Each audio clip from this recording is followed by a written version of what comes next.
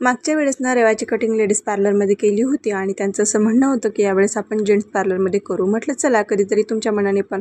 म्हणून मग आम्ही इथे ना तिथे जाण्यासाठी निघालो होतो कटिंग करायला जाण्यासाठी. तर सकाळी जायचं होतं म्हणून मग सकाळी पटकन होते म्हणत होत्या, म्हणून मग आई आणि मी आम्ही दोघी जणी पटकन सकाळी गेलो कटिंग करायला. आणि आता तर मस्त खेळत होती पण कटिंग करताना खूप जास्त रडले.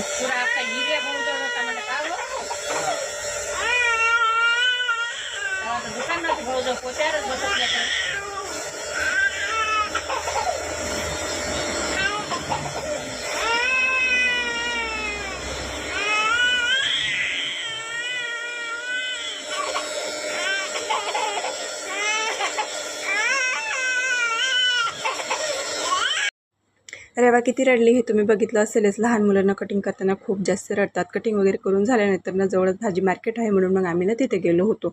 तर आई म्हणत होते की सकाळी हर्षीमध्ये ना भाजीपाला खूप स्वस्त मिळतो. म्हणत होते की चल, म्हणून मग गेली आणि तिथे ना मस्त असा भाजीपाला वगैरे घेऊन घेतला. भाजीपाला तर घेतला पण थैली काही सोबत नेलीच नव्हती आम्ही.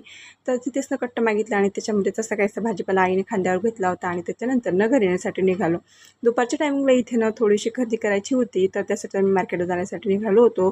रेवाला घरी ठेवलं होतं कारण ऊन खूप जास्त आहे, त्यामुळे मग आम्हालाच तर एवढं ऊन लागत होतं की काय सांगू. त्याच्यानंतर ना थोडीशी खरेदी जी काही करायची होती ती करून घेतली आणि थोडेसे इयरिंग्स वगैरे पण बघायचे होते. रेवसाठी बेल्ट घ्यायचा होता तर ते सुद्धा घेऊन घेतलं आणि आईंना इथे ना ब्लाऊज पीस घ्यायचे होते तर मग त्यांनी ब्लाऊज पीस घेतले. चला मग आता ब्लॉग इथे संपवते, मी भेटू पुढच्या ब्लॉग.